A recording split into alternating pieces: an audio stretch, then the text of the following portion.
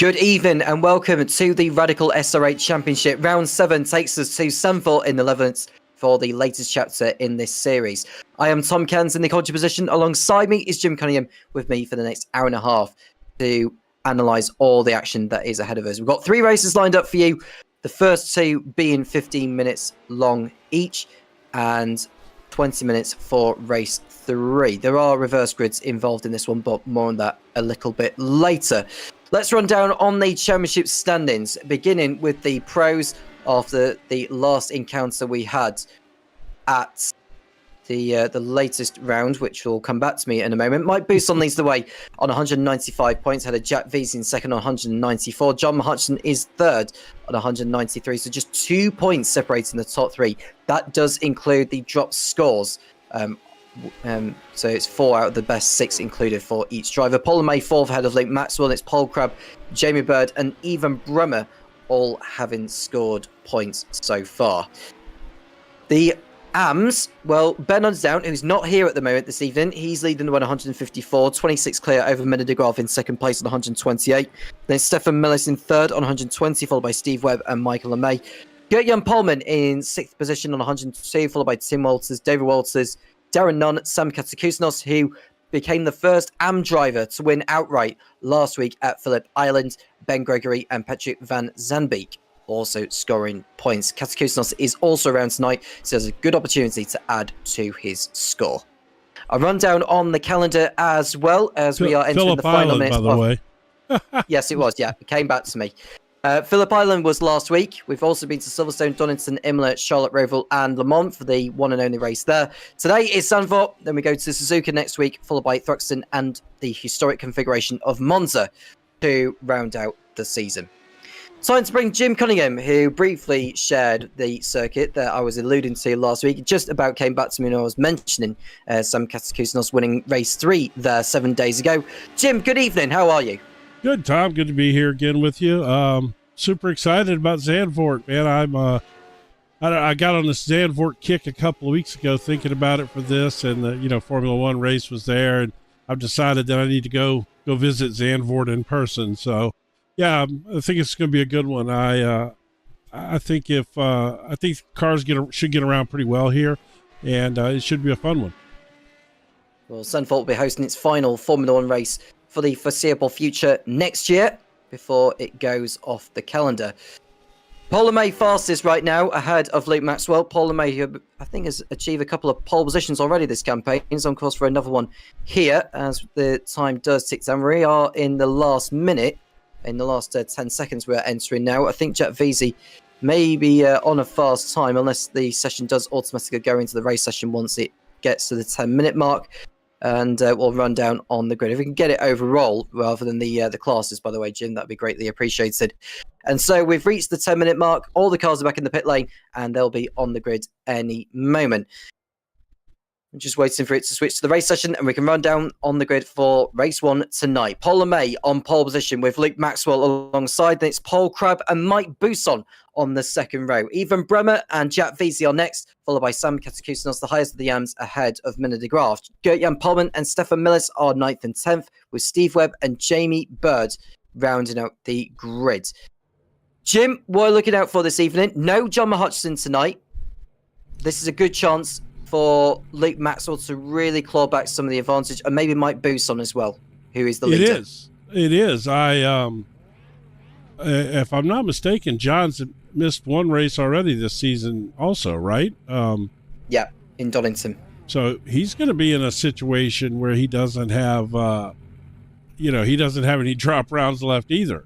So he can't have any bad weeks as well as we were talking about that pre-race for Luke Maxwell. So yeah, it's going to give everybody a nice advantage here for the guys who are going to make every race this year for sure. Waiting on Luke Maxwell and Sam Katsikousnos to make their way onto the grid. Maxwell is on the grid now. Katsikousnos is the only one we're waiting on. We can get this first race underway. 20 points is for a race win, 15 for second. It's a point difference from every position downwards.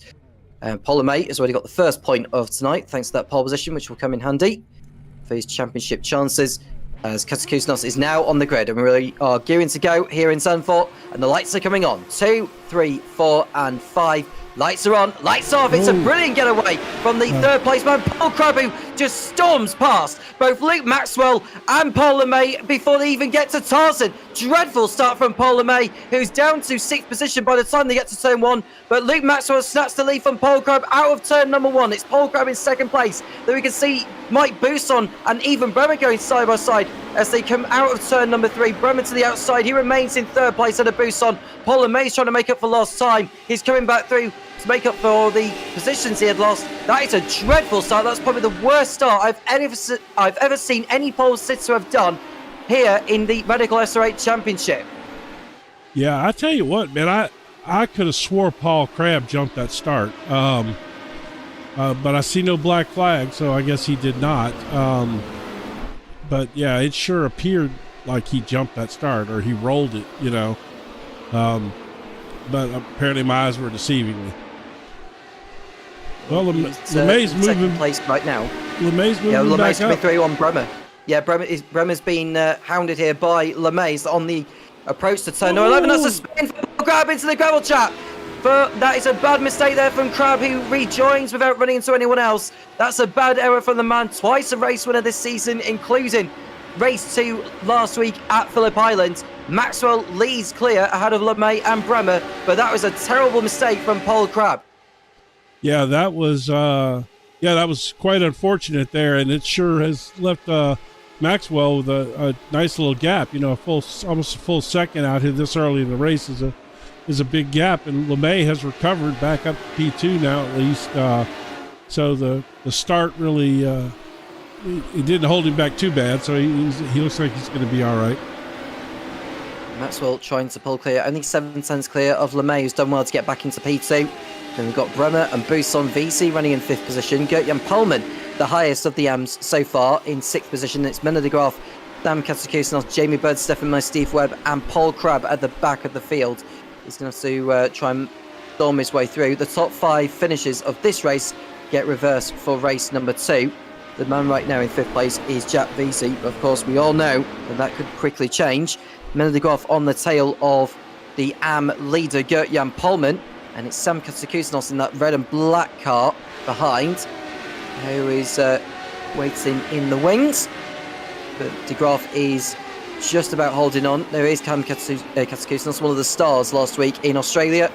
And he's aiming for more glory here. Considering that Ben Unzone is not around tonight, it's a good chance for some of these to make up for lost time. Gert-Jan Pullman has already missed 3 rounds this season. He is recovering nicely here. If he can keep it up, he might just be somewhat in the fray for the AMS Championship, even though it is a long shot at this stage. We'll see how he copes in a situation like this. Shall we get a replay, Jim, to find out Paul Crabb? Because you were saying about whether he jumped the start or not. I don't think he did, but if we can get an onboard of what he did at the start, whether he acted prematurely, then we'll know whether maybe he should have been given a penalty or not, even though the game has said that he hasn't jumped it. So this is Paul Crabb. I can't really see the lights in front of us. No. Does he move before Maxwell and LeMay? He does, look. He does move, but that doesn't mean he jumped it. It doesn't. It doesn't mean he jumped it for sure, but he definitely moved ahead of them. Let's watch it. LeMay got a lot of wheel spin though. Yes. Let's watch it in real time here. I had it on slow motion, of course. Yeah. I mean, he definitely moved ahead of them, but, you know, again, the game didn't deem him to be jump to start, so obviously he's okay. But, yeah, maybe he just, you know, he got a good start, and it just appeared he jumped it because he was the first one that moved. Well, he's still in the race anyway, is Paul Crabb, albeit down in 11th position. He's got by Steve Webb on this lap. The next man ahead of him is Stefan Millis. But you can just see the top 2 close now, Luke Maxwell and Paul LeMay. Now, Maxwell's won 3 races this season, all been feature races. The one in Le Mans, which was the only race we had, but it was a bigger chunk of points get given out because it was the only race for that particular round. And he also won at Imola and in Charlotte Roval. But now Maxwell is under attack from Paul LeMay, who hasn't won since Donington in round 2. 3 weeks in a row he took the feature race win. That was a pretty impressive little run he had there. But strangely enough, Mike Bousson is the one that is leading the championship. I'm not even sure Mike Bousson has missed a round yet this campaign. No, and I think a lot of that has to do with consistency, if I'm being honest. I think he's had a lot of consistent good finishes, and he's been there for all the rounds. So right now his drops are still good scores. So he's going to, which is, the name of the game in championships in general. Look at Jamie Bird here trying to make a move on Katakusnos. And he's absolutely giving him a run for his money. Jamie Bird running in P9 behind Katakusnos. Bird will want to get by these AM drivers so he can go after Jack Veazey, who's currently on reverse grid pole for race 2. But LeMay is remaining in touch with Maxwell for the time being. We got John McCutcheon in chat, apparently, when we were talking about Paul Crabb jumping the start or, whatever. McCutcheon put reactions like a cat. Cat-like reflexes. Yeah, I have to say, I've absolutely enjoyed this one so far. And it's about to get a whole lot better from here on in. I agree. Maxwell leads by 3/10. And we've got Bremer and Bousson, 3rd and 4th. Bremer is one of 3 drivers competing at his home rounds here in Zanvoort. The others being Gert-Jan Polman and Mena de Graaf. And they're aiming for strong results here. I'm sure that Polman and de Graaf know their way around this circuit compared to some. They're coping well with the positions or the nature of this race as far as we speak. Bousson has got Veazey behind him though, in the battle between themselves for 4th and 5th. So we're not seeing major changes for position here, and I would probably say that's because of the course nature, because it is not the easiest to get overtakes done. Having said that, Bird is going for it on Katakusnos over at turn 11 later on the brakes, and that's a solid overtake from Jamie Bird, who holds off Sam Katakusnos, and that's a position gain from Bird. Great stuff. I'm not sure that he would have got that done if Katakusnos hadn't have dropped the tire off there.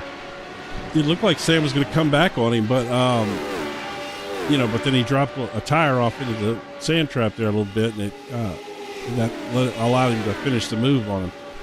But Sam's going to run down this straightaway, going to try to get that spot. Oh, he's going to spin Jamie. That's look clumsy. At Jamie hang on to it though.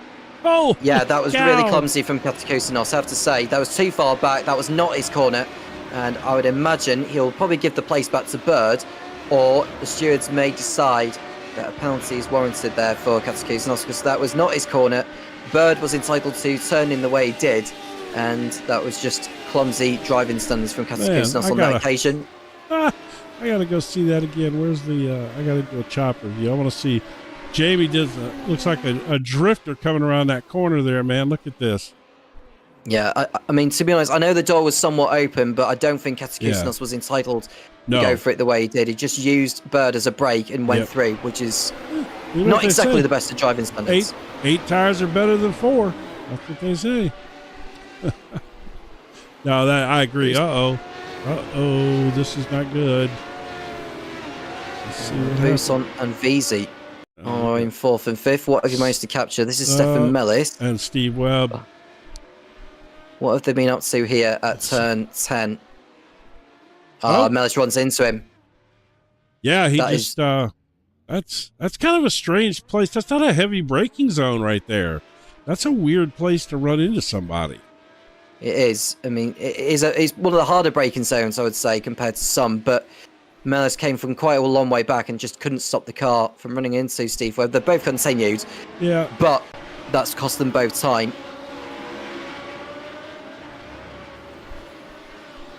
Easy. What about like these two here? Trying to get something done. We're right on board with Veazey, going to Chevlac. He's not going to be able to get an overtake done there. He's probably going to maybe wait until turn 11 to get this overtake done, if he's ambitious enough. Unless he decides to go for it at turn 9, but that's also a little too risky to go for it. Maybe he had a much better exit. I would say if I was Veazey, I'd go through. Will Bousson leave room though? Veazey loses it. Oh, he got loose. He managed to gather it all up. He was very lucky as well, because had he not counted that oversteer, he would have spun round going over the leftover gravel on the circuit. Yeah, that was a really bad spot to get loose with all that gravel on the track, wasn't it? And Paul Crabb has got through on Mena de Graaf for 9th position, so making up for lost time. Paul Crabb. Yeah, what an unfortunate situation for him, considering obviously he didn't jump the start.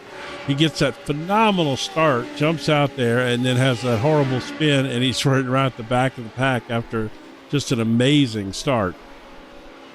Ooh, Leaves are close to each other now. Maxwell and LeMay are very close. You can just see. They are. We can get, can we get an angle of where they are? There we are. So that is Maxwell and LeMay in the battle for the lead in race 1 here in Zanvoort. And Maxwell is just about holding on, but LeMay is doing his best to make it as difficult as possible for his compatriot as they come through turns 7 and 8. But is he going to can he get a better exit compared to, he thinks about a move at turn 9. He decides to try and put Maxwell off. I think he's playing with him. He's trying to force Maxwell into making a little mistake there. I don't think he's quite ready to send it like that. Don't get me wrong. He'll take a chance if he gets the opportunity. But LeMay's going for the outside. That'll give him the inside for 12. Maxwell just about cuts across and ensures that LeMay is not in the lead that time. But I do agree, he is playing with him, Jim. But there is going to be enough opportunities for him to go past. They're just heading over the line. I would say we've got 3 more laps to go here in Zanvoort. And I think LeMay has got a shot of going for the victory. Oh, I agree. He's just as fast as Maxwell here for sure, because he's staying right on his bumper. And he's sticking his nose out, so he's not really even. Oh, look at this little move. He's not. No, Maxwell so he was always going to have the inside. Yeah, I wonder if he might try through turn 3. Yeah, that's what I'm thinking. Thinks about it. Takes that high ground on that incline. Yeah, both of them rode up a little high there. I love that line. Of course, that's the Formula 1 line around here. It sure is. But these are Radical SR8 cars which they are racing in. And they do feel that they can try and get an overtake done elsewhere around the circuit, particularly turns 11 and 12. But LeMay's absolutely trying to find a different line. And the more he's sort of taking that different line, the more it's attempting to put Maxwell off. Now, where does he place his car compared to Maxwell? Well, it's a similar line to what Maxwell's done that time around at turn 10. Remo isn't too far behind. Jamie Bird is on the tail of Sam Katsikousnos in their battle for 7th place. I'm surprised Sam didn't give that spot back to him after what he did to him. That was dirty pool, so to speak. That was he should give that spot back, because clearly he took that spot wrong. And if he doesn't, it's entirely possible there could be something coming down the pipe for him later, because I think that's, without giving it back, I think that's definitely the kind of move that can cause a penalty for sure. Katsikousnos is on the tail of Pullman, so it's a difficult decision that Katsikousnos is going to have to make, whether he decides to keep hold of it or whether he feels that Bird turned in on him when he shouldn't have done so. But in my honest opinion, I think Katsikousnos came from too far back to make that move stick, and it just didn't come off the way it needed to have done. They will see Jamie Bird and Paul Crabb behind Sam Katsikousnos. With 2 laps to go now in this first race in Zanvoort. It has flown by. Is that kind of event around this fast flowing Zanvoort track, home of the Dutch Grand Prix for one last time next year when the F1 circus arrives. It will also host a sprint for its last outing. But Maxwell is holding on ahead of LeMay, 4 tenths clear ahead of him. But this is the closest battle we've got. Jamie Bird to the outside of Sam Katsikousnos. He'll go to the outside. He'll get a good exit coming out of there. A better exit than what Katsikousnos has been able to do. But is Bird going to go for it to the outside? Katsikousnos goes defensive. He holds his line, takes a tighter line that might give Bird the initiative to head through, but not that time around. Luke Maxwell is about to start the final lap. Paul Crabb is attempting to go through on Jamie Bird at the Comho corner, but not quite there. And now the last lap has begun for the leaders. But it looks like Jamie Bird is not going to be able to get by Katsikousnos unless there's some errors made involving Polman and Kasakusanos. Buson's just holding on as well ahead of VZ for 4th place. These two will be on the front row as it stands for race 2. Yeah, this battle here has been going on pretty much all race, just like this.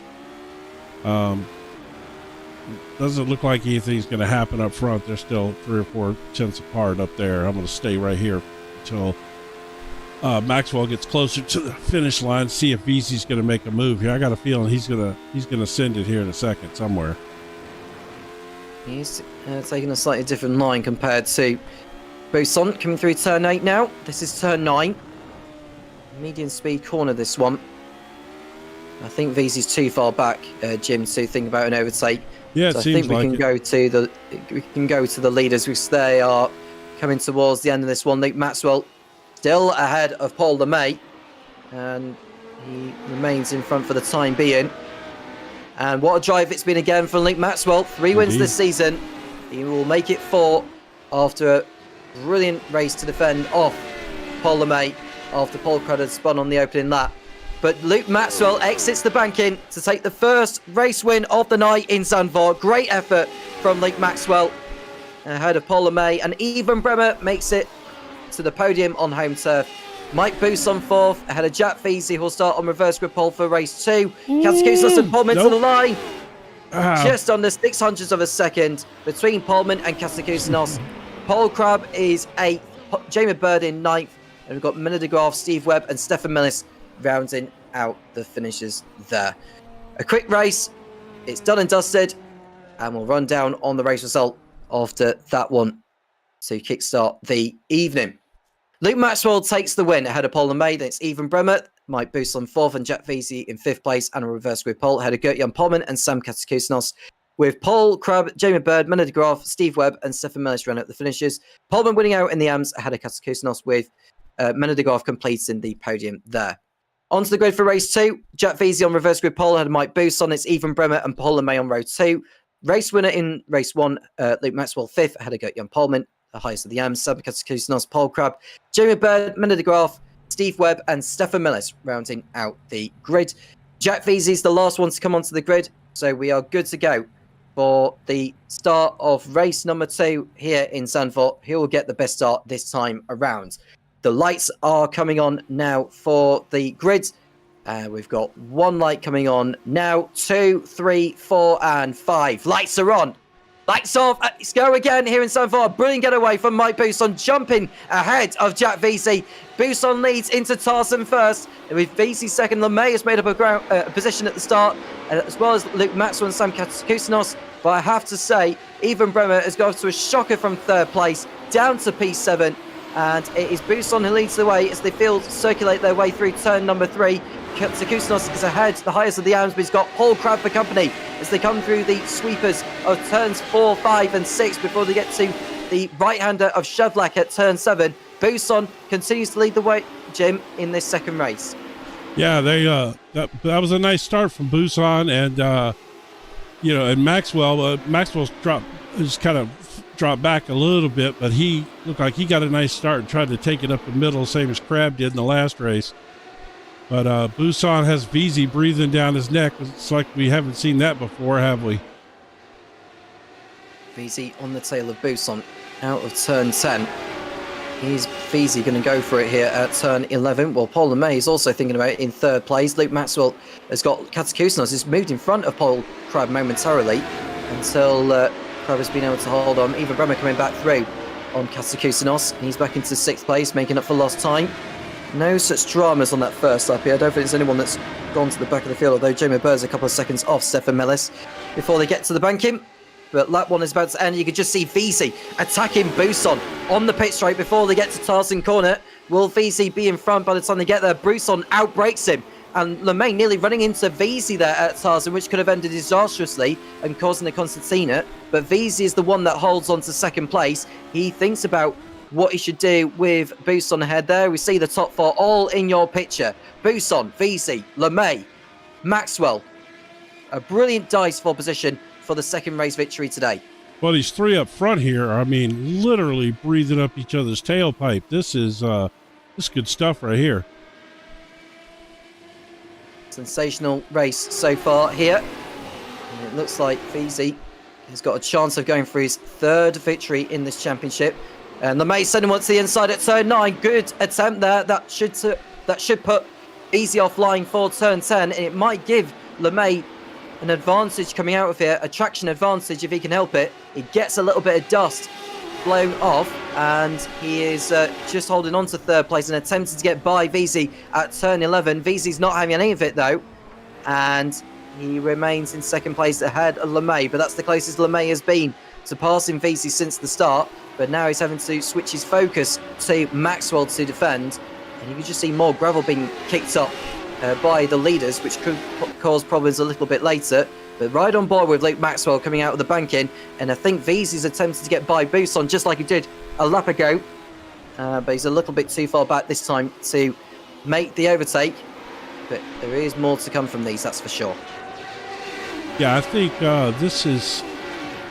this course is obviously tough to pass on. There's a few segments, and I think that at this point, I mean, I know these guys know this course, but I think that they're still trying to figure out what's the best plan of attack around here. Because you see them kind of try different lines, try to feel some different things out, and to see if anything's going to open up for them. But more than anything, I think you almost kind of, in a lot of spots, just have to wait for the guy to miss his braking point or something like that. VZ thinking about it. Oh, you just see he went to the outside initially and then cut back onto the racing line. But you can just see that he is really, really in the fray here. Jamie Bird's got by Steve Webb and Stefan Millis. I think those two have come together again. We'll go to that in a moment. But you can just see Buson running a little wide through 11 and 12. VZ not there. But you could just see that Luke Maxwell in fourth place and Paul Crabb and even Bremer are within the picture here. So they are fancying that they could salvage something positive out of this. Let's see what these two have been up to again. There is Jamie Bird behind Stefan Millis. There is Steve Webb in front. This is over at turn 10 again. What does he's done exactly the same thing. Same thing in the same spot. Yeah. Wow, come on now. Oh my, same thing in the same spot twice. And look, I want to be highly critical of that, but what I'm going to say is maybe it's possible that Steve Webb breaks a little more than maybe other people do in that particular area of the track. We all have spots that we attack hard, or that we're a little more timid about the car going around on you or something. And maybe that's why that's happening, because that is extremely strange for the same thing to happen in the same spot twice. Here comes LeMay up the inside. He's got a nice move here. I don't think he's going to make it work, is he? No. Well, not through turns 9 or 10. He won't do it this time, Paul LeMay. He needs to get good drive coming out of there to stay alongside VZ if he can help it. There's just no way through at the moment. If we can get the timing tire back again, please, Jim, that'd be great. Buson he still leads ahead of VZ and LeMay. Maxwell in fourth place. It's Paul Crabb, Ivan Bremer, Sam Kasakusinos, the highest of the Yams right now, and it's Minna de Graaf and Gert-Jan Polman in 8th and 9th. Jamie Bird recovering, getting by the two AMs of Steve Webb and Stefan Millis, who are recovering after their second contact of the night. But so far, it's Mike Buson is doing a super job. 2 wins already this season, which he picked up at Donington. But you can just see that there's so many other drivers going for their third win. Maxwell's got 4 wins to his name now this campaign. Paul Crabb has got 2. Even Bremer's got 1. Sam Kasakusinos has got 1. I think Jamie Bird is the only driver in the pro field yet to register a win. And there goes Paul LeMay on Jack VZ. But it's VZ who's always going to have the high ground on the exit because of the corner's nature. And that attempt has cost Paul LeMay third position to Luke Maxwell. Yeah,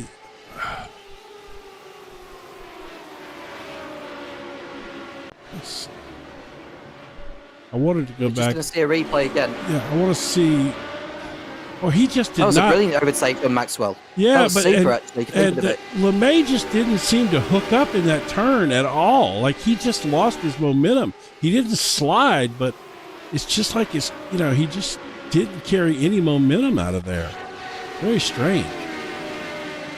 It's a very strange one there from Paul LeMay, but he is down to 4th place, and we could just see the leaders close nose to tail. But right now, it feels like had easy. A moment. he's gone down the order as Bremer. We'll come to that in a second. We want to focus on the leaders here. Buson and VZ coming out of the banking. Is VZ close enough to go for an overtake? He's got to go for it here, VZ. This is probably the best chance he's going to have all race. If he's going to win this one, it goes to the outside. Does he outbrake Buson? The answer to that one seems to be no. But he needs a good drive out here. Now, turn 3 is going to be too risky, I think, because we saw what happened with Paul LeMay, who tried to go for it on VZ, but it didn't quite pay off. So I think VZ is just going to wait back here until probably either turns 9 or 10 at the earliest to get the move done on Buson. What's funny is LeMay he did not seem to get out of turn 3 very well either. He just, for some reason, which that corner is a really strange corner. I mean, it's either you get it or you don't get it. I'm not going to lie to you. Personally, I don't do well in that corner either. He's got to move. Oh, he's just sorry. LeMay and Maxwell, they touched. They touched at turn 9, did LeMay and Maxwell. Luckily, they survived that. But that was a very daring move from Paul LeMay to get by Luke Maxwell. And that could have been a little bit interesting between the pair of them. But now Buson and VZ are close nose to tail. VZ needs a strong exit again out of turn 13, the Comho corner, before they go through Ari Lyondike. His exit out of 12 is better than Buson slightly. But can he get a strong exit out of here? Well, the answer to that question looks like a resounding yes. And Buson and VZ running over the gravel on the exit of that penultimate turn. But I don't think VZ's going to be close enough this time around. So I think Buson will survive for now. But you could just tell that VZ there, he's really close. He's just waiting that one opportunity to send it and then hope that Buson doesn't fight back. But we're into the last 6 minutes here. Yeah, it seems like... Buson, well, I mean, Buson seems to be very fast here, and I don't know. We'll see. These two have been exactly like this for 2 races now. I mean, the entire last race, VZ was right behind Buson, just like this. Yeah, and VZ came very close to getting the pass done on Mike Buson as they come through turn 7 and now 8. VZ has dropped back a little bit though. Yeah, I don't know if it's like a slight loss of momentum. Just see Maxwell up the inside for a brief moment there, but VZ wasn't having any of it, and now Maxwell is having to switch his attentions to Paul LeMay and Paul Crabb. They're coming through turn 10. The top 5 all in your picture, nose to tail. This is great stuff in the Radical SR8 Championship. Oh no, VZ's around! Into the gravel! He lost the rear brakes and went into the gravel, did Jack VZ. Oh my word. It's all the way back in 7th now. It's behind Sam Katakousinos and Mena de Graaf is Jack VZ, not what he needed. But that gives Buson a temporary buffer for Luke Maxwell, who is gunning for another win. As is Paul LeMay, as is Paul Crabb, but Buson is just holding on here. The championship leader coming into this round is having to fight off the old adversaries, even if they are within the same team. Luke Maxwell, that is. John Hodgson's the other one, but he's not here this evening, is John. But I have to say it's a terrific job from Mike Buson holding on here. He just needs to make no more mistakes from here on in. If you are watching this in the live chat, we do welcome you. Feel free to get involved and don't forget to like and subscribe. But we are keeping up with Buson and Maxwell for the win. Yeah, Buson Maxwell seems to has closed that gap right on up now. He is waiting for a mistake from Buson here. Buson's placing the car correctly through these sequence of corners. I mean, probably got around about 3 laps. He's hardly put a wheel wrong in 2 races. I mean, he really has been right on it. VZ couldn't get by him, and now Maxwell's sitting back there with what we got 3.5 minutes left or so. So what is that? I'll let you do the math. Tell us we got 2 laps left. Does that sound about right? We've got 3 to go. 3 to go after this one. Well, Paul LeMay is right there as well now. He is right back on Maxwell. And he's thinking about a move here, Maxwell. Maxwell needs to be aware that LeMay's there. That was so close. That was so close to contact between Maxwell and LeMay, but they survive. But Maxwell's on the gearbox of Buson. Coming through turns 2 and now 3. He won't go for it at turn 3. That is too ambitious to do it there. And he doesn't give you the best of exits which he would have learned from when he got by Paul LeMay earlier on. It's Kusnos running in 5th position, holding on ahead of Mendes de Graaf for the AM win. And is he going to be able to fend off Jack Veazey here? Mendes de Graaf will see soon enough, but Maxwell is thinking about an overtake at some point. Goes for it on Buson. That was over at turn 9. He's got a little too deep, and that is going to allow Paul LeMay to be within a car's length alongside before they get to turn 10. And the same with Paul Crabb, who locks up and nearly ran into LeMay as they enter turn 10, but luckily survived. And that's so close to just taking the pair of them out. Well, it was really close. And now Paul LeMay is watching Luke Maxwell and Mike Buson dice it out for the lead as they come through turn 13. And Buson is running about 2 laps away from his 3rd win of the campaign. And we can see Luke Maxwell thinking about where he's going to go here. He's going to have to catch him by surprise if he's going to really win this one, because it's a very difficult circuit to get overtakes done here is Zanvoort. And you can see that Maxwell is doing his best, trying different lines to put Buson off, but Buson is not deterred at this point. And I think we've had an accident involving Steve Webb because he's dropped down the order. Yes, we have. I don't want to cut away from this for that. I just looks like it was a self-spin. Veazey's about to get by Menno de Graaf, it looks like. Or is that right? Yeah, he is within a 10th of Menno de Graaf. He's not able to complete an overtake as of now, but I reckon he'll get it done before this race is over. Maxwell, you could just see how much later on the brakes he is compared to Buson at turn 9. Desperate to get by, taking a tighter line through turn 10 compared to Buson. He's just not able to get an overtake done, and you could just see the leftover gravel being kicked up. I think it was Maxwell that ran over it. And LeMay, well, he's not far away from a potential 2nd place, or even a win, depending on what happens with Buson and Maxwell. And this is it then, you could just see the top 4. Buson, Maxwell, LeMay, Crabb, all within the fray of a win. Oh yeah, any one of these guys could make a mistake, or any one of these guys could pass with a mistake and win this race still. Well, it's the last lap now, and Buson is going to have to fend off for one last time here. Maxwell to the outside, but he leaves the door close too late for Paul LeMay, and they make contact. Oh, Paul's going to give it back to him, being a gentleman there. And he's about to get overtaken by Katakusanos, I think. He just about holds on. But that allows Paul Crabb into 2nd place. And I think Mike Buson's got the buffer now between now and the checkered. There's no way he's going to be overtaken from here on in. No. Even Bremer is back in the pit lane with damage. But you have to say that was a clumsy error from Paul LeMay once more. Mike Buson should be able to hold on to the victory, provided he doesn't make any more mistakes. Paul Crabb is getting the gap down, though. He's now just 3 tenths behind. Mike Buson is going to have to defend, even through the last few corners here, if he's going to take this victory. Is Paul Crabb going to risk it, or is he going to play it safe and just take the points here for 2nd position? I mean, I would guess play it safe, but you never know. I mean, man, he made up a lot of ground there really fast.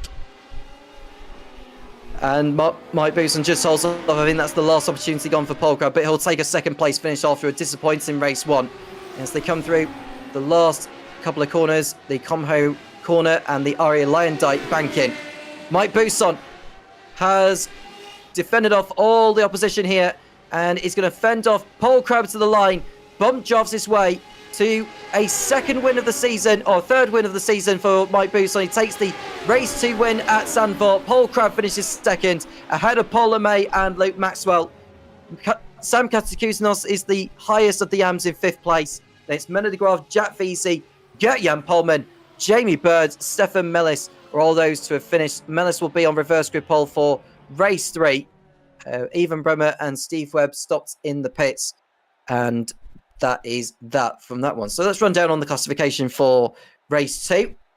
It's Mike Buson who takes the race 2 win, his 3rd one of the campaign, with Paul Crabb 2nd and Paul LeMay 3rd. Luke Maxwell down to 4th on that last lap. Sam Katakusanos in 5th, a strong drive and more points in the bag in his 2nd round in the series. Menno de Graaf in 6th place, and it's Jack Veazey and Gert-Jan Polman, who is the last of those on the podium in the AMs. Jamie Bird and Stefan Mez are the remaining of those to have finished. They will be on the front row for race 3, with Ethan Bremer and Steve Webb stopping in the pits and also starting at the back of the grid. Yeah, I have to say, that's a beautiful mural there. That's one of the ones I was talking about earlier. The action has been great here, but there's not a lot of passing. The cars are able to stay right hooked up to each other, but they just seem to be struggling to make passes tonight. Yeah, I do like Zanvoort, but only when you're trying to do a qualifying lap around there. In the race, it's just so difficult. If you've got cars with an extensive amount of downforce on them, it makes it increasingly difficult to get overtakes done. If you stock Mazda MX-5s around this track, you can get overtakes done, no problem. Yeah, I can see that. Of course, on the warm-up session now, those little cars like the MX-5 and things like that, they run the short version of this course, though, which takes off right there where he just passed. It does not, the short version does not include this whole section through here. Because I've done some, I think it was MX-5 racing through here, and you don't get to do this part because it's one of my favorite parts of the track. Well, Steve Webb, who's had 2 races to forget, really, in races 1 and 2, not through any fault of his own. Steve needs to look out because there's only one other car on the track, and I hate to tell him who it is. Those two. Well, they definitely need some practice, those two. Well, I don't understand.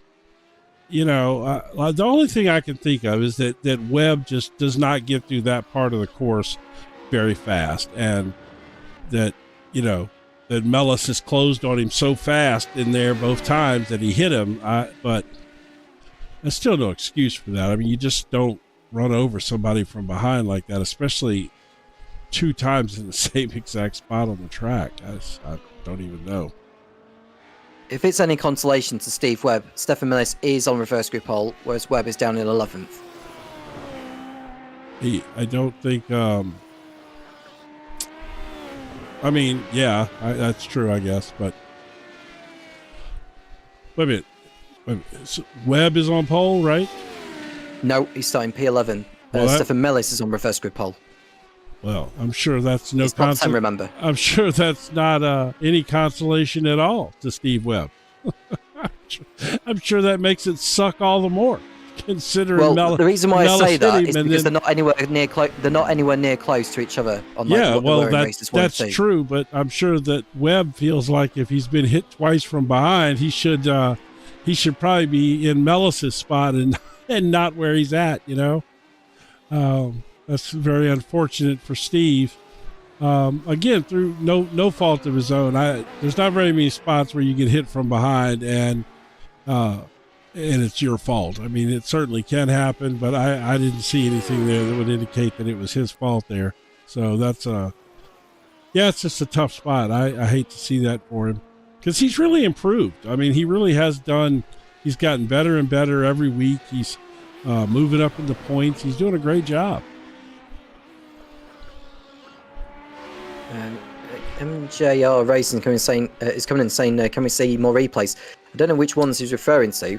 I'll let him mention that to us. And so the thing is, after the race is over, I can't show you any replays from the previous race because once the software, I can't do that. Unfortunately, once the session clicks over, the replays are gone for that race. It's just one of the unfortunate things about this particular software. But if you're talking about that iRacing can fix, I would love to see that. But if you're talking about during the race, Jack hit some grass on the entry of that turn and spun. Yeah, well, that makes sense. I'll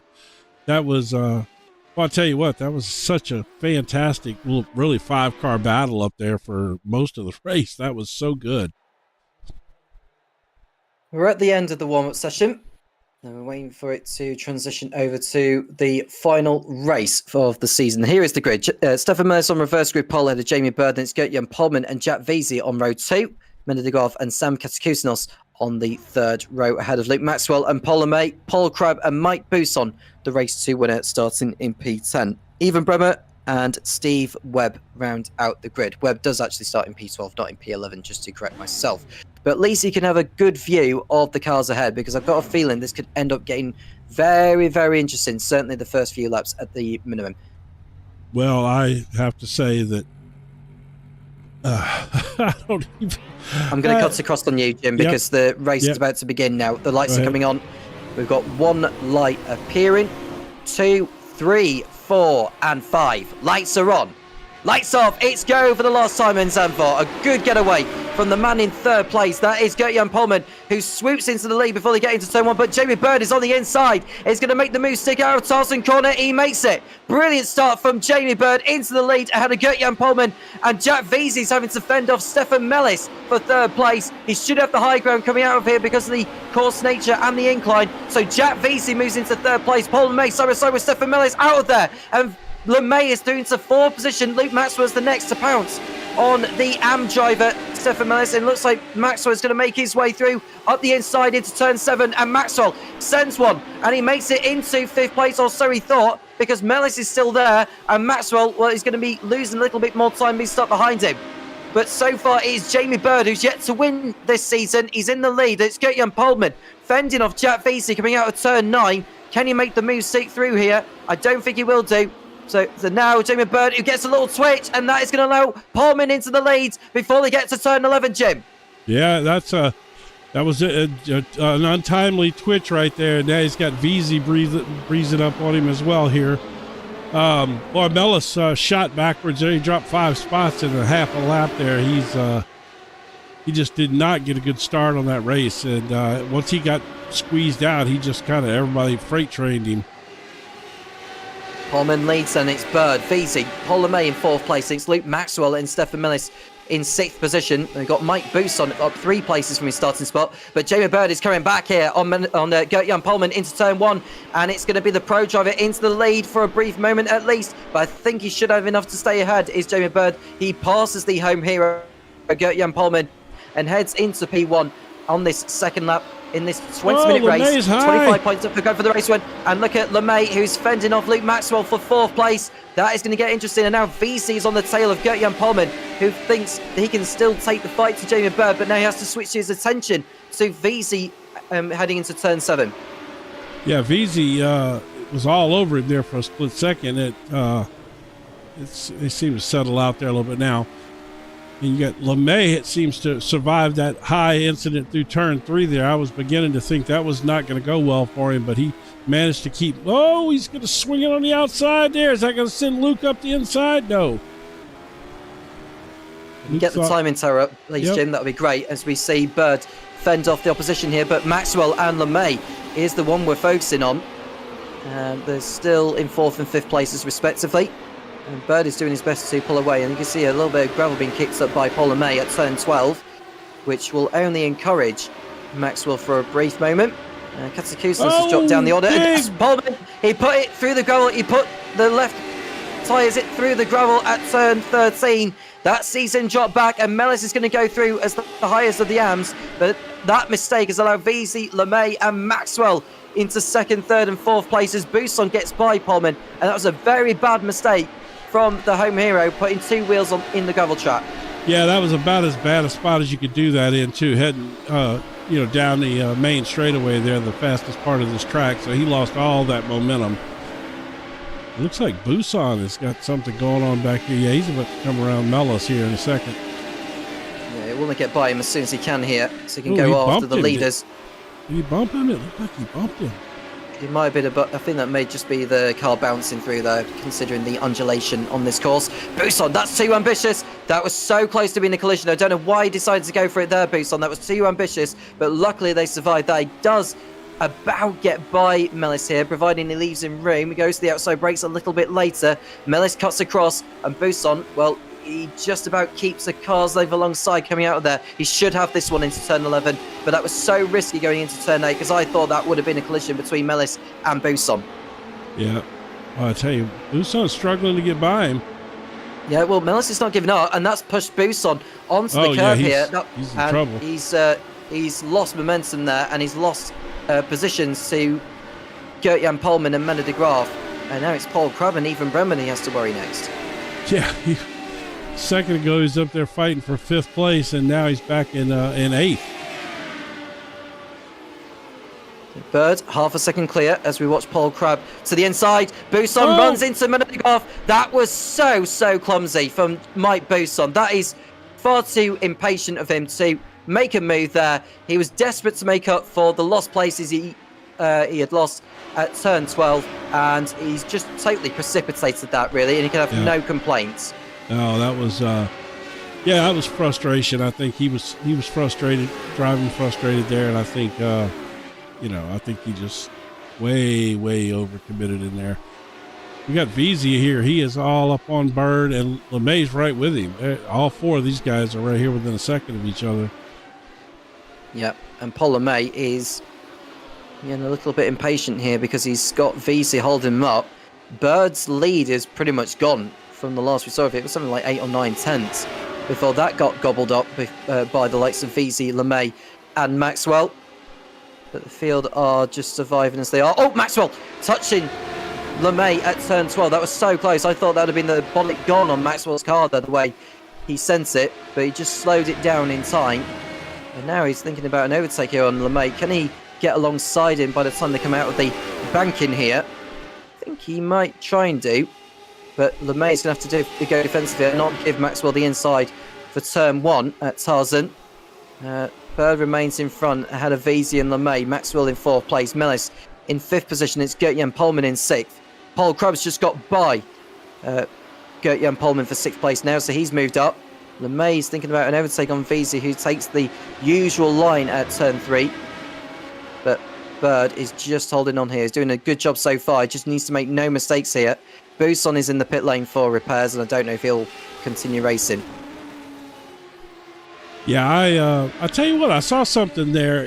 The way Jamie Bird runs down the main straightaway there, if VZ stays tucked up under him and feints to the outside, I think he can bring it back on the inside and make a move on him. I think Jamie's leaving that inside open. We'll see how that plays out. See if VZ saw that. Leaving the so yeah, VZ's just left the inside open for LeMay, who nearly went through, but he got it slowed down.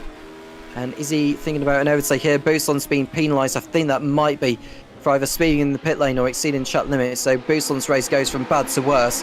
And we are seeing the top 4. Oh, that's a mistake from Bird. Luckily, there's only just a short amount of straight before the next corner. He survives, but he needs to be careful of the way he tackles those curves because they are not friendly around here in Zanvoort. No, they're not. And we have not really seen anybody get punished by the curb yet, but it's entirely possible that one of these curbs will jump up and bite somebody here before this is over with.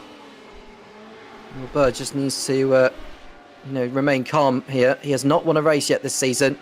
We see a battle going on further back involving, I think that was even Bremer and Stefan Mellis. Yeah, I think they're fighting, although Paul Crabb's got by Mellis here. Mellis is coming back, but Crabb is going to have the outside here. That is a really poor exit for Mellis, and that's lost him a couple of places to Crabb and Bremer. I'm not sure why he was running that low line. That line's never, ever going to work there. We'll go back to the leaders because Bird is now under attack here from VZ, LeMay and Maxwell. Maxwell to the outside here, thinking he can get a good drive out of that. He's not able to here, but now we've got Bird holding on here. A little twitch coming out of turn 10. He will have to go defensive here before they get to turn 11. He will not want to give the inside to VZ here unless VZ decides he's going to wait for the pit straight. He does wait for the pit straight. Bird holds on. He needs to watch how he applies the throttle as he goes over the curb. That time around was fine. But is VZ going to be able to get into the slipstream and be within attacking range? Probably not on this lap. He looks a little too far back. You've got to literally be right up the gearbox to get an overtake done in these cars. So this is where I was talking about right here. If he's... See, yeah, he wasn't close enough to try to make that work.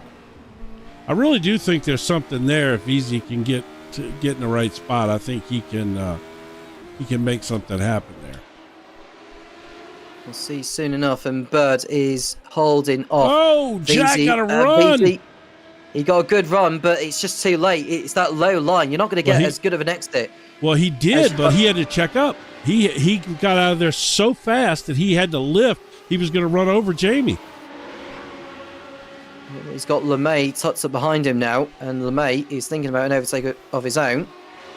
But you can just see the top four sticking together like glue. LeMay sending one to the inside for a brief moment. Maxwell once again using that outside line to give him all the traction on the exit here. He thinks he can go for it here. It's almost 3 wide. Does Maxwell slow the car down? He does. Just about behind Paul LeMay.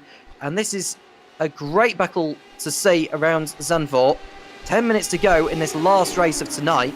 And it looks like Jamie Bird is going to absolutely hold on here if he can help it. He's got half of the job done with what he's been doing. Now he's got to really, really get his elbows out because there's Luke's no coming down here. Jack Veasley's going to go for it as much as Luke Maxwell is with Paul LeMay. That was so close again to the pair of them taking each other off. Yeah, that was. After what happened earlier, you know, I'm not sure that, you know, that's a scary moment with after what had the collision they had earlier for Luke to send it like that up the inside. And LeMay and Maxwell still there, but they've bridged away from these two with Bird and Veasley. Veasley getting a good exit again. You could just see he's moving the car left, right and centre just to try and put Bird off as much as possible. He won't get an overtake done through here. Maybe at turn 7 if he's alongside enough. No, he's too far back. Once again is Veasley as we ride on board with him. Further down the field, Stefan Mellis is the highest of the Ams, ahead of Gert-Jan Polman and Steve Webb, who has made up a few places since the start there, so at least he's had a better time of it in this one than he did in the opening 2 races. Here's Steve Webb. There you can see Paul LeMay, just a little twitch out turn 9, but nothing major. Now we look at Bird and Veasley once more. And Buisson has served his penalty, so he should have that black flag taken away from him on the timing tower. We'll find out soon enough if that's the case. But now you can see the field coming out of turn 12. Veasley and Bird still nose to tail. There we see Stefan Millis holding on ahead of Gert-Jan Polman and Steve Webb. Out of the last corner, Jamie Bird is holding on ahead of Veasley coming down the pit straight. Beginning lap number 9, 8 minutes to go. At most, I think we're going to get 6 laps. We had 11 in the opening races of 1 and 2. I think with it being a 20-minute race, it's most likely going to be 15 at most, maybe 14. You can just see Veasley, that drive coming out of turn 3. Was it enough for him to get alongside? I don't think it was. He has to back out of it. He is so fast through there. I don't really know that there's a lot, like you said, I don't know that you could do a lot with that, but he is so much faster than everybody else through that section of the course. He's doing a terrific job of it so far. And he's holding on, is Bird. And now we just wait to see what Veasley decides to do. That black flag still hasn't gone for Mike Boost, and I don't know why it hasn't gone yet. Bird puts a wheel on the grass out of turn 10. Yeah, I wonder if he picked up another one somehow or another. It's quite possible. And he is back in the pits now. And he's almost a lap down on the leaders, is Buisson. It's one of the shortest pit lanes around any circuit in this iRacing software. Is it? I didn't realize that.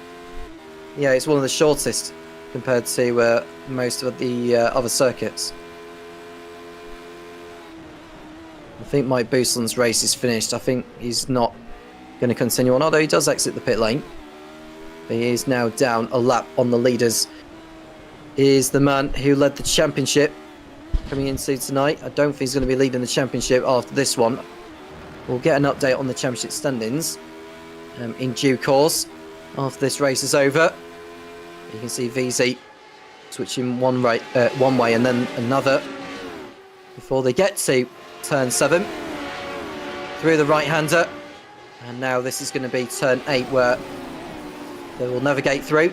Bird taking a lot of curb through there, and that might give Veasley an opportunity to try and put him off. Bird's exit was so poor out of 9, and that's going to really put him under pressure. This is the thing, the makings of a great driver is being able to cope under pressure. Sure. And I'm not really convinced that Bird is going to be able to hold on here, because the amount of twitches as he applies the throttle, Well, you can just tell it's a matter of time before he really cracks under pressure.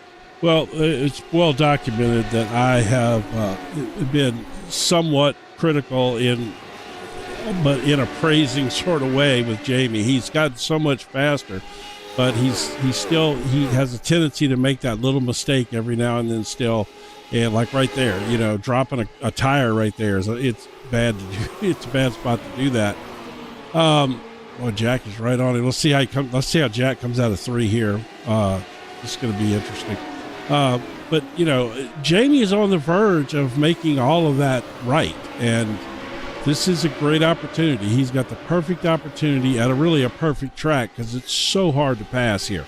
He just has to not make that mistake, and he can win this race. He's got enough time to do it. He just needs to be right up the gearbox of Bird if he's have any realistic chance of snatching victory away from him. He may have to catch him by surprise at some point, but he is running out of time to make his move. So he looks to the outside and then tries to get all the drive coming out of that, but no way through at the moment. You can see Paul Crabb in the background, actually. He might be able to be involved in this battle for the win, or maybe even the podium. But out of turn 10, Bird still leads, and it's Veazey, LeMay, and Maxwell, as it has been for most of this one. The AMS race.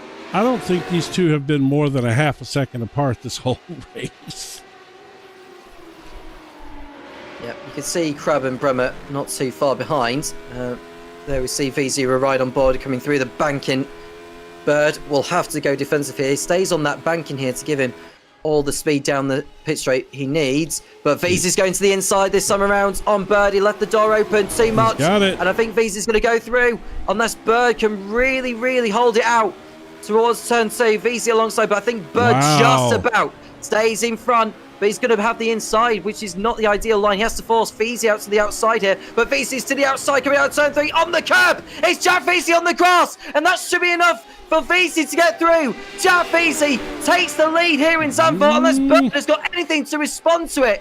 Round the outside comes Jamie Bird, but I think Veazey has this one. To the inside at Chevlac, and Veazey is into the lead. No. Unless Bird can hold it out to the outside through 8 and 9. If they come together, Paul and May be able to pick up the pieces. But Jamie Bird, remarkably, is still able to stay there. But I think Jack Veazey's got the job done here, and he is through. Maxwell's got by LeMay at the same time. And Bird, well, you could just see Veazey almost running out wide. Bird may be able to get back into the lead almost. Wheel to wheel between Veazey and Bird on the entry to turn 11. Bird breaks a lot later than Jack Veazey, as somehow he has gone back into the lead here in Zanvoort. Remarkable stuff by the man who's yet to win yet this season. It could well have just made that overtake to end that drought. Wow, that right there was some fantastic racing. That was they're going to do it all over again here, same spot where it all started. He's got to learn from last time. He's got to learn from last time, Jamie Bird, and I think he's just about got the buffer he needs, but Maxwell and LeMay are still tussling. Maxwell remains in front of Paul LeMay for 3rd place. Good overtake from Maxwell on that last lap on LeMay whilst we were watching Jamie Bird and Jack Veazey tussle it out for the lead. But we've got 2 more laps to go here, and if Bird can hold on, this is by far his best drive. He just needs to learn from last time to not give so much room on that inside into Tarzan. Yeah, that was, oh my goodness. I want to go back and show Maxwell passing Paul LeMay, but I can't. I just can't. Yeah, we'll stay with this for now because we're so close to the end and anything can happen here between Bird and Veazey. They've got 1 more lap to go at the end of this one. And I think Maxwell, well, who knows what could happen here. There you see even Bremer, who's now ahead of Paul Crabb, who's had a spin somewhere, but has continued. Steve Webb is the highest now of the AMs whilst we're watching all this because Stefan Mellis has made a mistake somewhere around the track. Yeah, he's gone down the order. He ran off track. He crashed, actually. Well, got off track somewhere back there. Got 1 more lap to go. Round the last couple of corners. This has to be the best exit from Jack Veazey if he's going to win this race. Bird just needs to remember not to give that inside line into turn 1 because otherwise that makes him completely boxed in for that inside into turn 3, which is not what you want. He's done it again. Oh, he just holds on though. He just holds on. I think he managed to break later than VZ that time around. So providing Bird stays on that outside into turn 3, I think that'll be game, set and match for the man in that black livery machine. He stays to the outside, as does VZ. Now it's going to come down through the sections of turns 9, 10, 11 and 12. If Bird holds on, that is that. Wow. I mean, I don't even know what to say. This is, if Jamie wins this race, which is looking like he could, that was an insane job of holding VZ off. He absolutely has proven himself as being able to come through here in the clutch when he needed to. Yeah, and he's got through turns 9 and 10. Now he just needs to hold off VZ. Just watch in case VZ decides to surprise him and go for it. I don't think he's going to do that time around, otherwise it's just too risky. He'll end up losing 2 places, VZ, if he sends it. But Jamie Bird, what a drive he has had. Great start to this. Got that buffer at the beginning. Fended off VZ a couple of laps ago. It looked like VZ got the overtake done. But Bird fought back. Jamie Bird, for the first time this season, is going to celebrate a victory. He wins in the Radical SR8 Championship here in Zanvoort. He takes the final winner tonight. Well done to Jamie Bird. He ends that drought. He is the last pro driver to take a win this season. What a drive. First win of the season, ahead of Jack Feasey and Luke Maxwell, who complete the podium. Paul LeMay, Ethan Bremer and Paul Crabber next. And it's a first AM victory for Steve Webb. What a job from him. Ahead of Mena de Graaf and Sam Kasakusanos, who complete the AM podium. Ahead of Gert-Jan Polman and Stefan Millis. Mike Bousson didn't make it to the end. Wow. Apparently VZ picked up a slowdown right there at the end. That's not going to translate into some sort of penalty, is it? I don't think so. Okay. Not in my book. Yeah, I don't know how they score that, but oh my gosh. Well, Jamie Bird. That was fantastic. Let's run down on the result here in Zanvoort, the last one of the night. And it is Jamie Bird who adds his name to the list of race winners this season ahead of Jack Veazey and Luke Maxwell, Paul LeMay 4th, Ethan Bremer 5th, and Paul Krebs 6th. Steve Webb takes victory in the AMs for the first time ahead of Mena de Graaf and Sam Kasakusanos, with Gert-Jan Polman and Stefan Millis the last of those to finish. Mike Bousson stopped in the pits. Oh my goodness. I can't get over that, man. I tell you what, Jamie Bird. That right Absolutely there. Phenomenal. Yeah, we have had some unbelievable racing in the past few weeks, man. You know, Le Mans was kind of a stinker. It was just, nothing special. But since Le Mans, it's been unbelievable. Yeah. Let's get a word with some drivers. Now, we've got Steve Webb, who's joined us now in the booth. Yeah. Steve, very good job there in that last race. Oh, the first 2 races, I don't know, Stefan, I was just a magnet to him. You were. But hey ho, bloody good fun. So enjoyed that. And then obviously I spun myself out, which is one of them rookie mistakes. But have you noticed that my starts are getting slightly better? Oh yeah, it's all getting better. Yeah. I don't know about it all.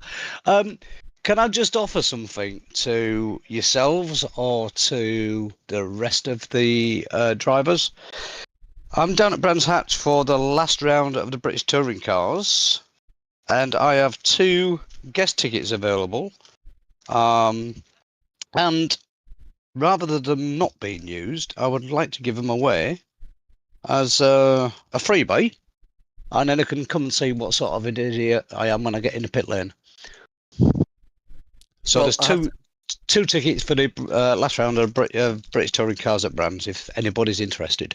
Well, I would absolutely love to, Steve, but I'm working that weekend in Biggin Hill, so I'll let you ask the drivers if they'd be interested in that. But just going back to the races tonight, I mean, it was obviously tricky in races 1 and 2 with the concept with Stefan Millis, and we didn't quite see enough of what had been going on in race 3 because of this long, intense battle for the lead involving Jamie Bird, Jack Veazey, Luke Maxwell and Paul LeMay. That was as close as it could have got. But imagine, because I think, weren't you at the back in that last race? I think you started last, didn't you? And then somehow just came through and take the AM win.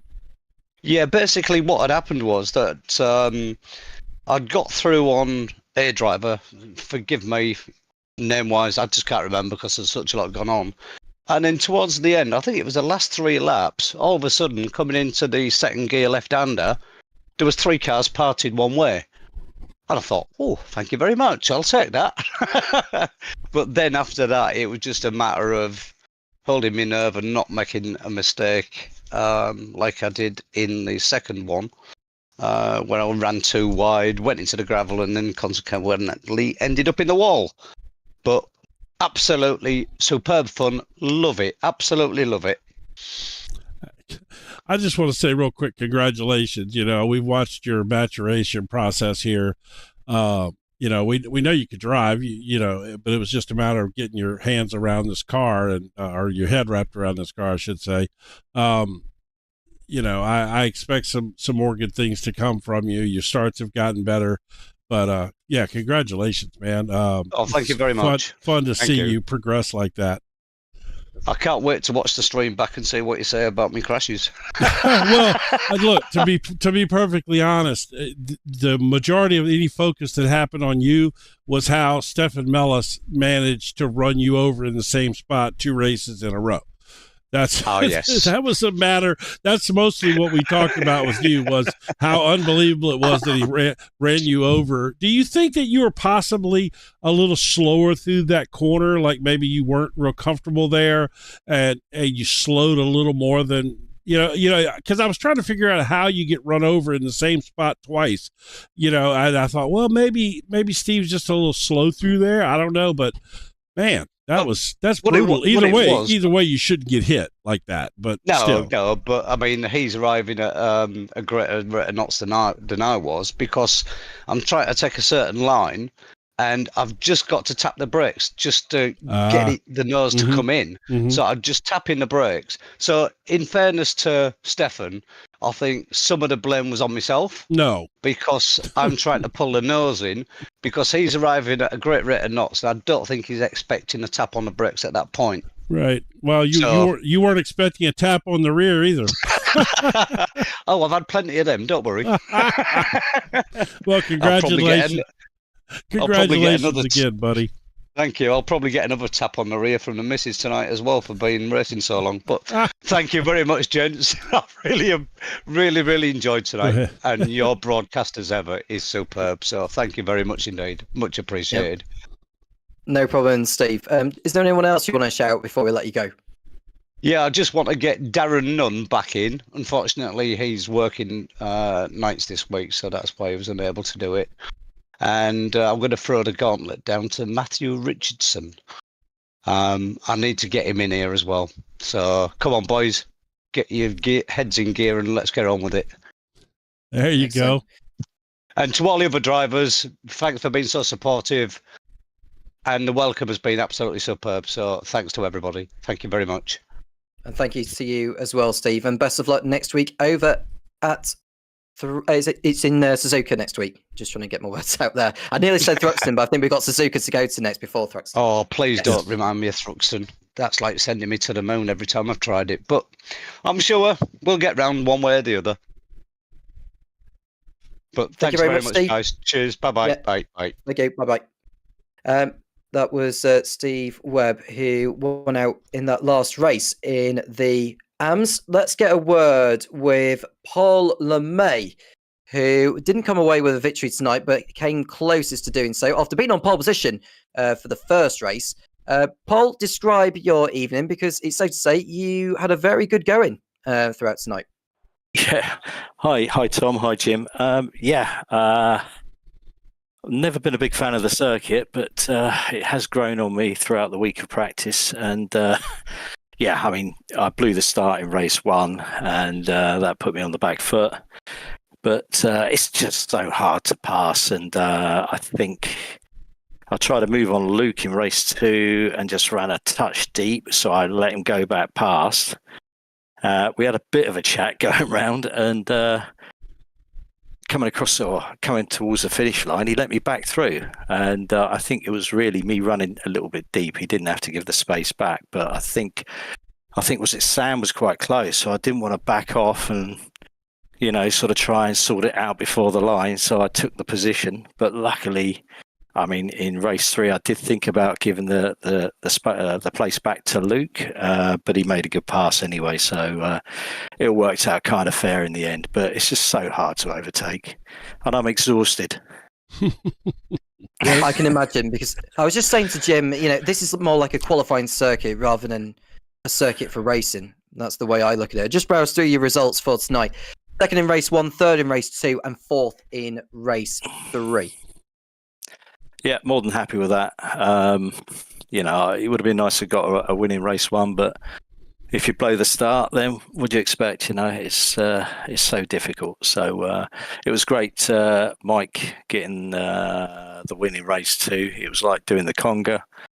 And of course Jamie as well. He did a fantastic job. Just Jack and I were just talking in the waiting room, and we're just saying it's just too risky. And you can get alongside, and then it's whether you can get the car stopped. And we tried. I think we all gave it a fair crack, but thankfully not too many incidents. And good night. Suzuka next. Your circuit or not? Yeah, I do like Suzuka.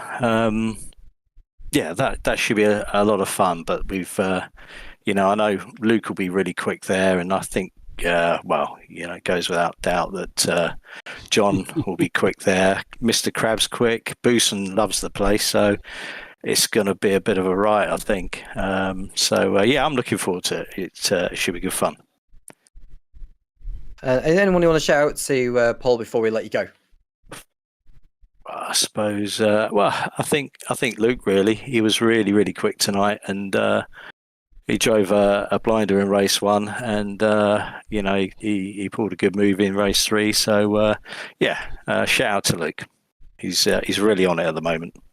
Yeah, he's been in very good form this season, as Luke. Definitely better form than they've lost.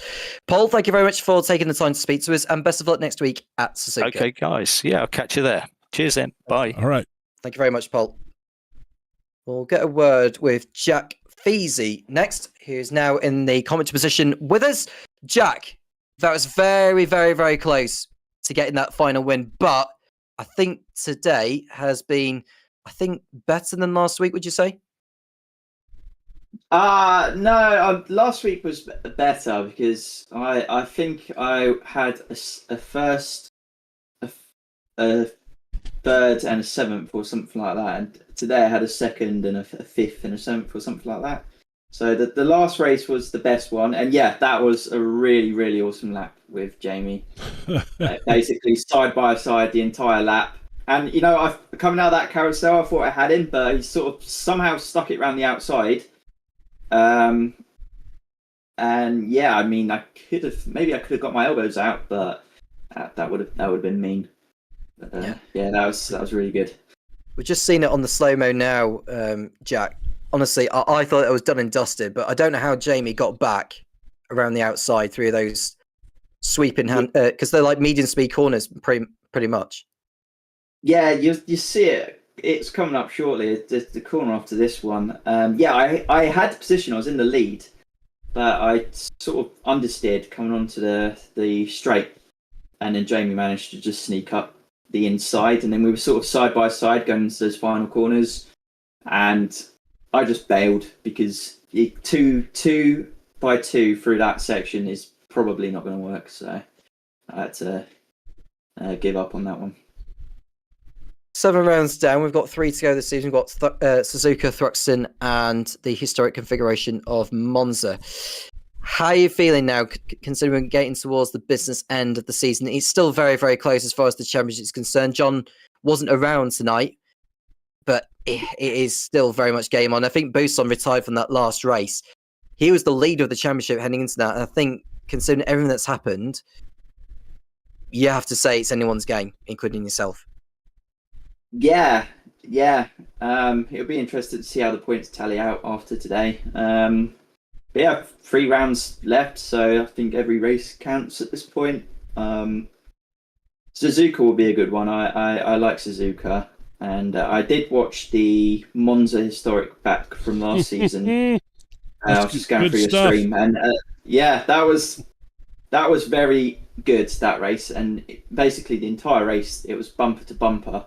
So that one will be interesting, providing there's no crashes. So yeah, looking forward to that one. Excellent. Anyone want to shout out to, Jack, before I let you go?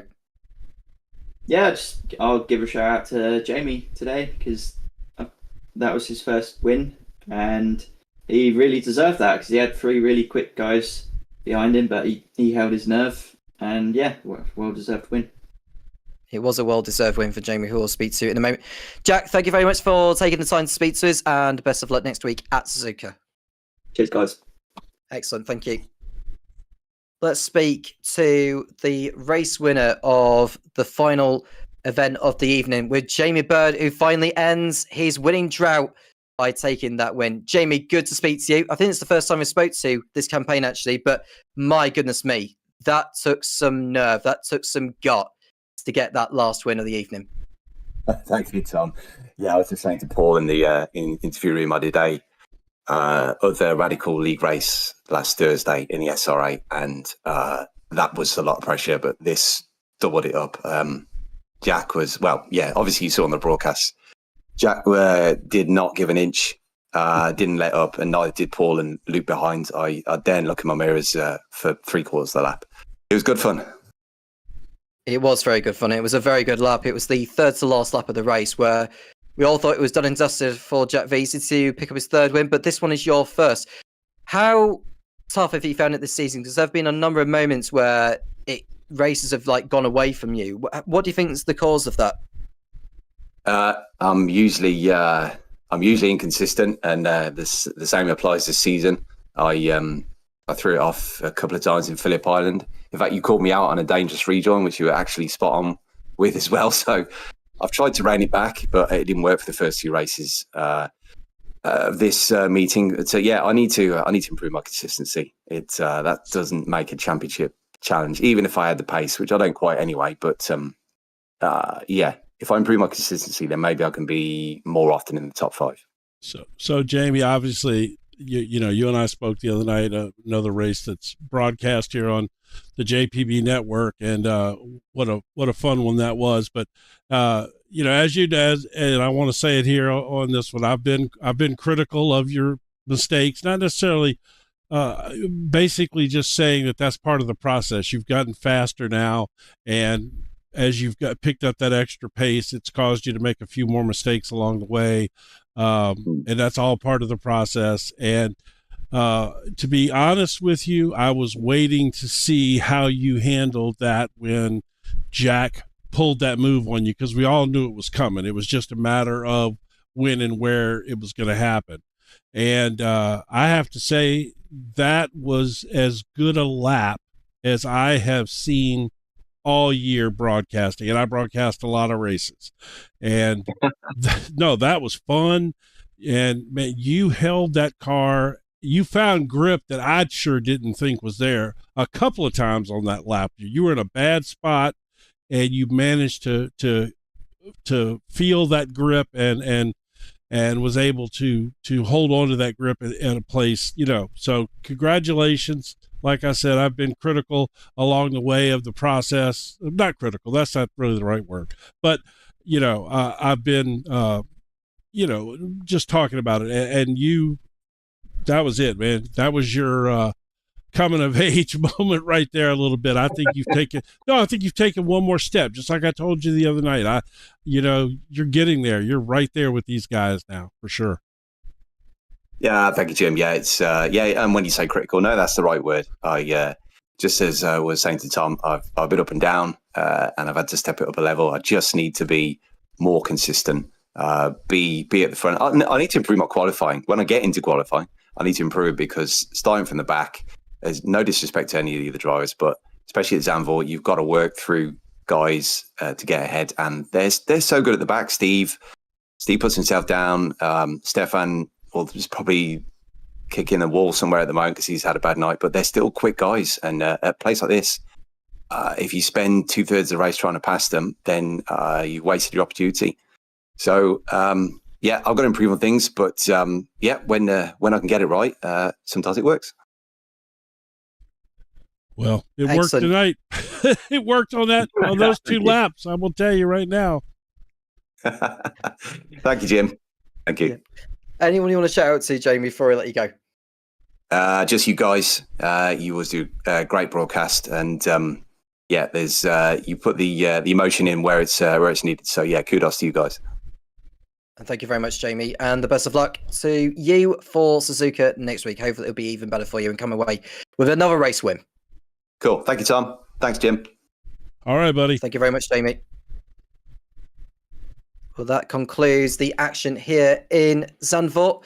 And with 3 rounds to go, anything can happen. It's so close. I mean, given the fact that John Hutchison wasn't around tonight, Mike Boosel not having the best of evenings either, even though he did come away with a win in that first one. We're not able to speak to Luke Maxwell either because his voice is gone. So we'll let him get on with what it is he needs to do. Probably just head for an early night just to recover, which I can't blame him for.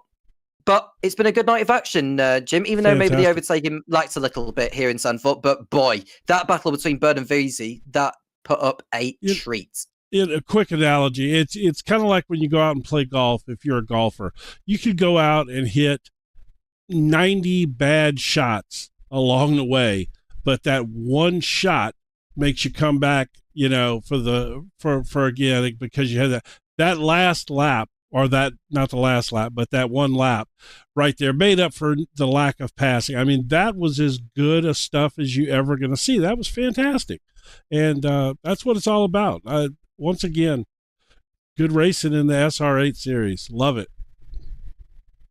And hopefully we can be treated to more of that in 7 days' time. I've enjoyed the broadcast. Thank you very much for tuning us. And don't forget to like and subscribe, and you keep right up to date with all the action that's been streamed on the JP Broadcasting YouTube channel. Jim, thank you also for your company tonight. And that was a nail-biting few races. We had 3 races they were, and we'll be in for a whole lot more when we go to the land of the rising sun at Suzuka in 7 days' time. I am Tom Cairns with Jim Cunningham, and we'll speak to you again soon when the Radical SR8 Championship returns.